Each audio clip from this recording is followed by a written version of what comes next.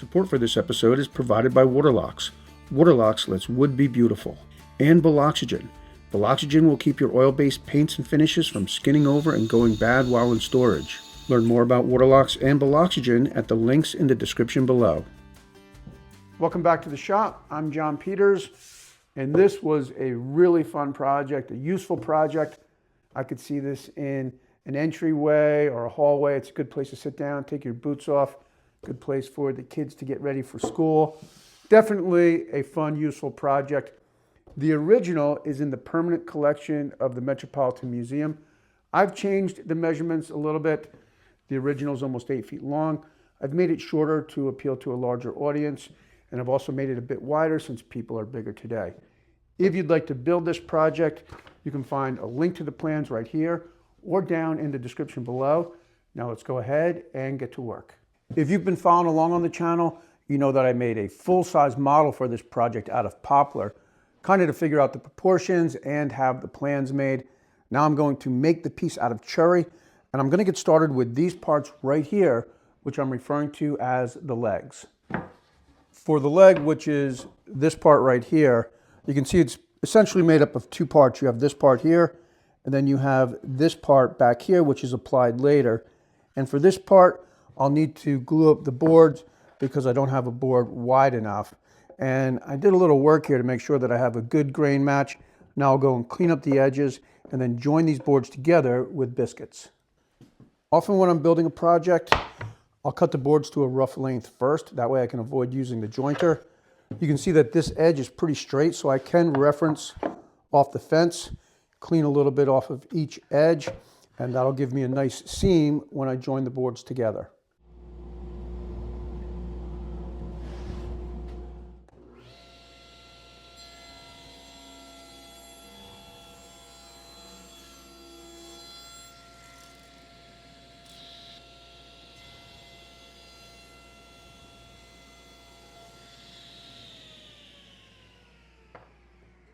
I'm joining the boards together with biscuits, and since I'd rather not run into one of the biscuits when I cut that half circle detail at the bottom of the leg, I've measured up 6 inches, and I'll cut the slot for the biscuit so the center of the biscuit is at that 6-inch mark.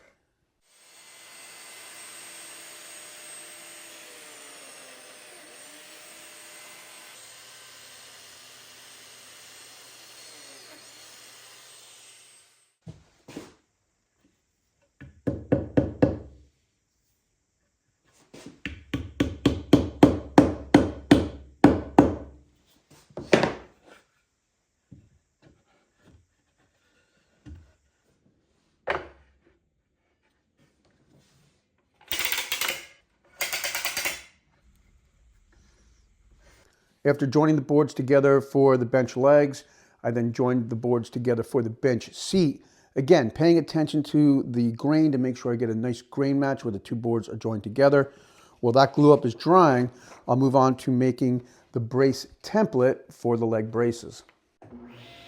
I'm making the template out of 1/4-inch MDF, and the first step is to rip the MDF at just a little heavier than 4 inches, like 4 1/8.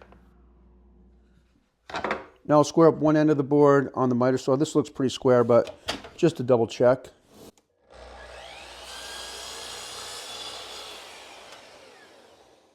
Now I'll use a straight edge to cut along this line and this line.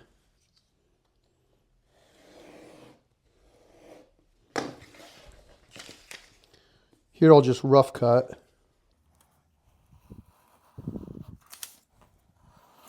Now I'll use a little spray adhesive to stick the pattern to the MDF.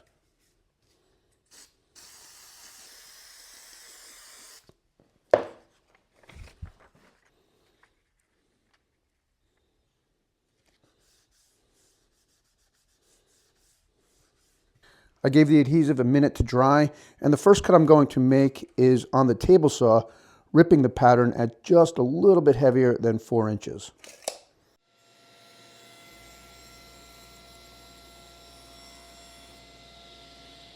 Now I'll cut this curve on the bandsaw, trying to stay right on the line, and I find it's easy to control the cut by keeping a little pressure on the back of the blade.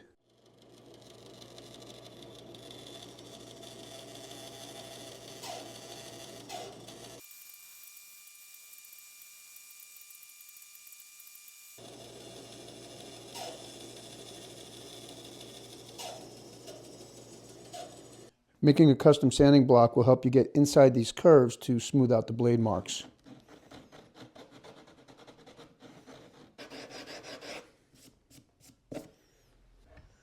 Now that I have the pattern made, I'll cut the parts for the braces to length and width.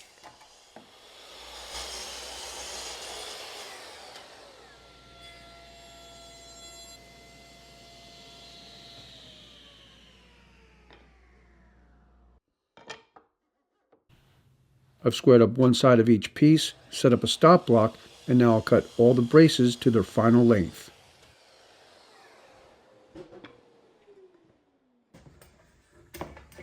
With the glue dry, I'll take the legs out of the clamps and cut them to their final width and length.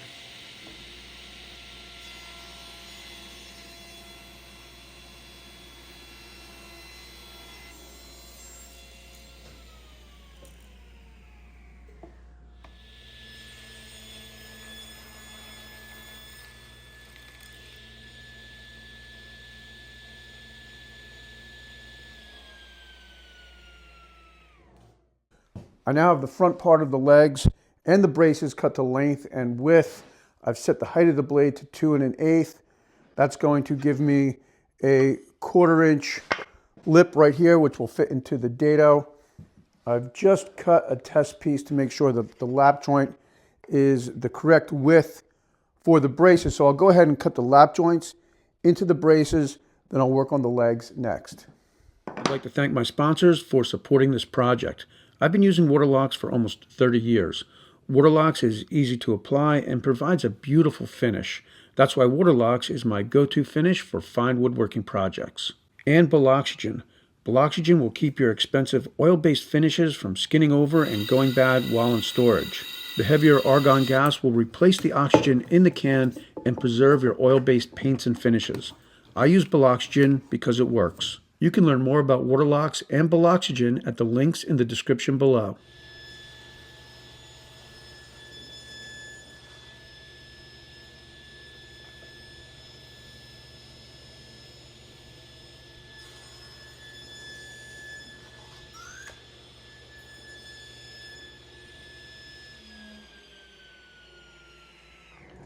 Just finished cutting the lap joints in the braces. Now I'm cutting the lap joints at the top of the leg. In case you're wondering, that's why I didn't attach that back piece yet, because I need to cut the lap joints. I've set up a stop block 1 3/4 inches from the blade. I'll make a cut on this side, rotate it, make the next cut, and do the same thing to the next piece.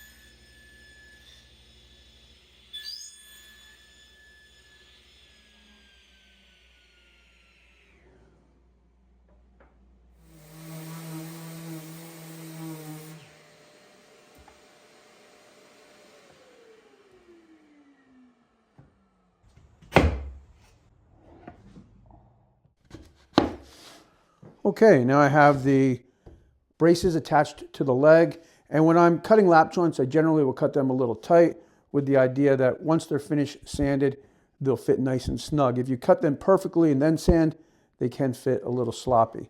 The next step is to make the piece for the backrest, and that's this piece right here. It's about 28 inches tall by 2 3/4, and I'll get started by rough cutting the board to length.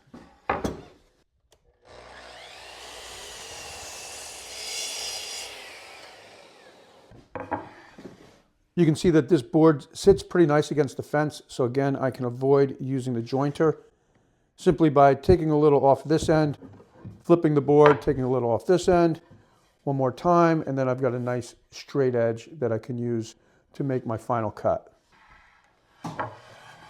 Thanks for watching. If you're enjoying this video, please visit my website at johnpeters.com for a large variety of furniture projects and plans available. From beginner to advanced woodworking projects, I'm sure you'll find a project that will match your woodworking skill level and taste in furniture. Each project has step-by-step video tutorials right here on YouTube designed to help guide you through the project and help you build something I know you'll be proud of. Thanks again, and please don't forget to like, comment, and subscribe. That's a great way to help me continue to make long-format project videos just like this one.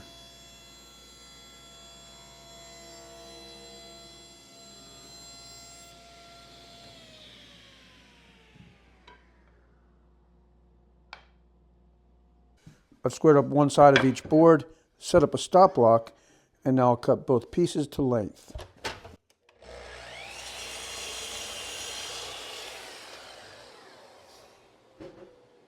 I'm using the Rockler tapering jig to taper the backrest. As you can see, I kind of sacrificed the jig a little bit here when I was making the model. So this is already figured out. I'm holding the end of the board at that mark. I've got another line at the 11-inch mark. I'll lock this in place and make the cut.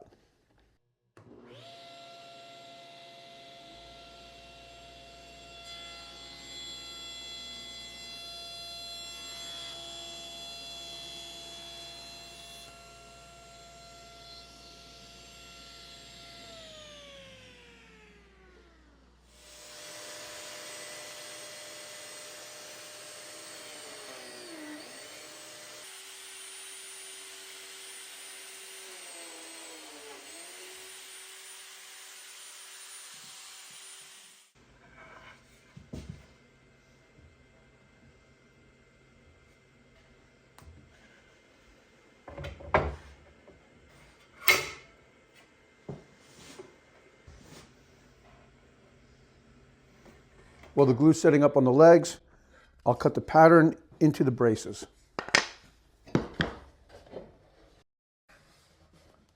Making sure that I'm flush at the back and the sides, I'll trace this side, then flip the pattern over.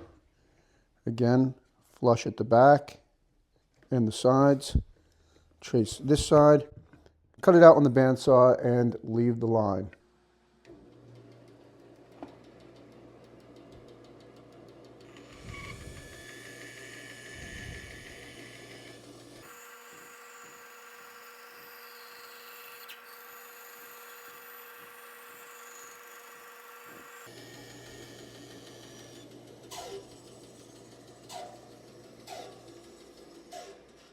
Now I've clamped the workpiece to the pattern, making sure that I'm flush at the back and the sides.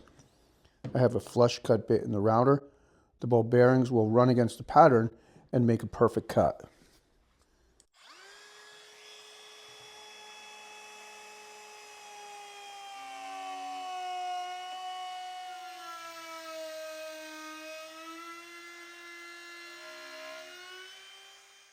Now I'll flip the workpiece over and repeat the process for the other side.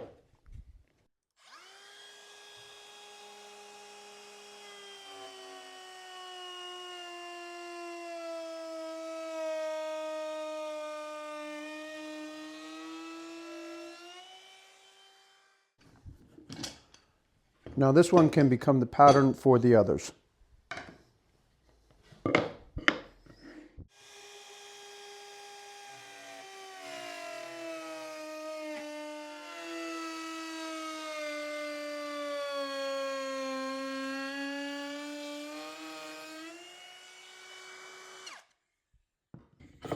Now I'll measure and mark 3/4 of an inch in and on the center to pre-drill and countersink holes for the screws.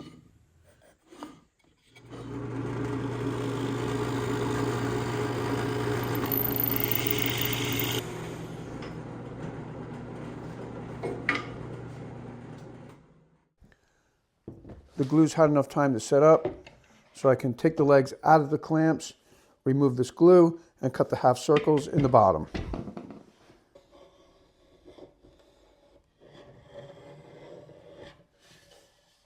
Now I'm ready to use a pattern to cut the half circle in the bottom of the leg. And just to show you how I made the pattern, it's a 1-gallon paint can.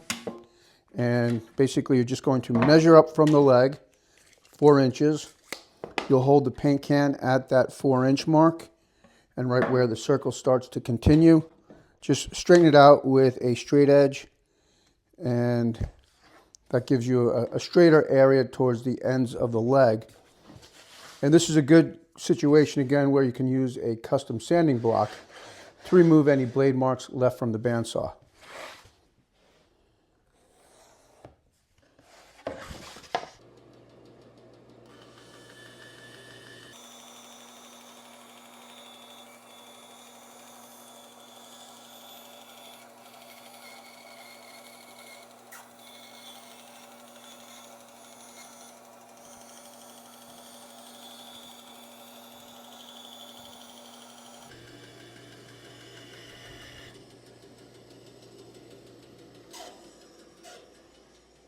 Now I can place the leg on top of the pattern, clamp it in place, and use a flush cut bit in the router to clean up the cut.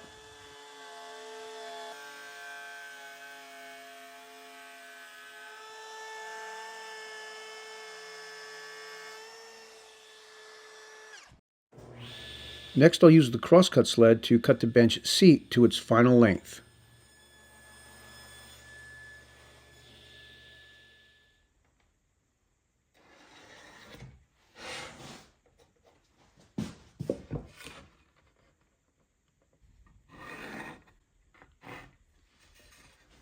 I've marked out where the dados need to be cut to attach the legs to the bottom of the seat, and I took a little time off camera to make sure the depth of the router bit was set at the right height.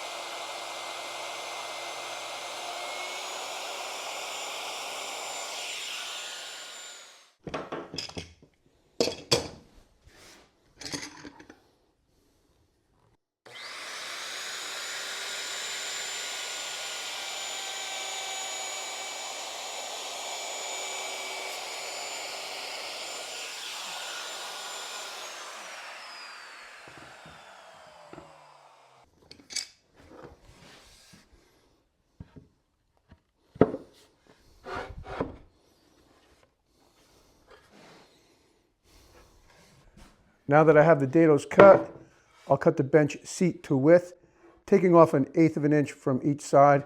That'll clean up this little blowout here and any marks left from the clamps.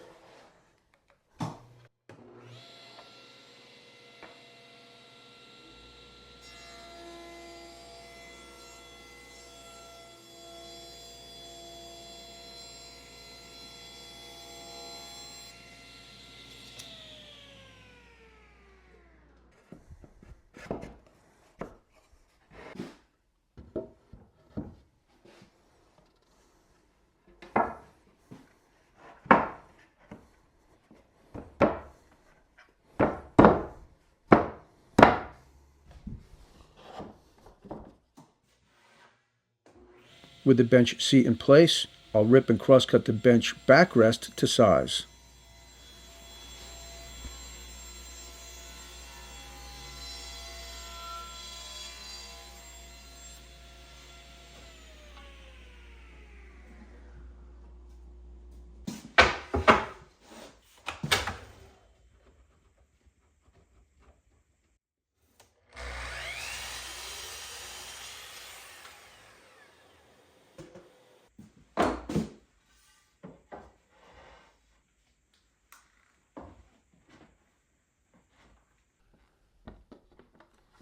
Okay, well that was the last part.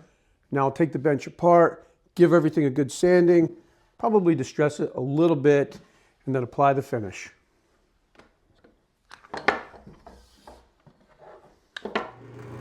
I'll pre-drill and countersink holes in the backrest so I can attach it with screws.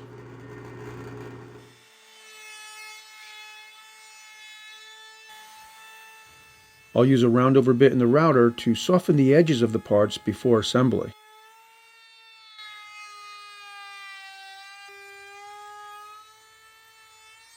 Notice that I'll stop the router before the ball bearing hits the pre-drill and countersunk hole. I'll finish that part of the brace with the sander.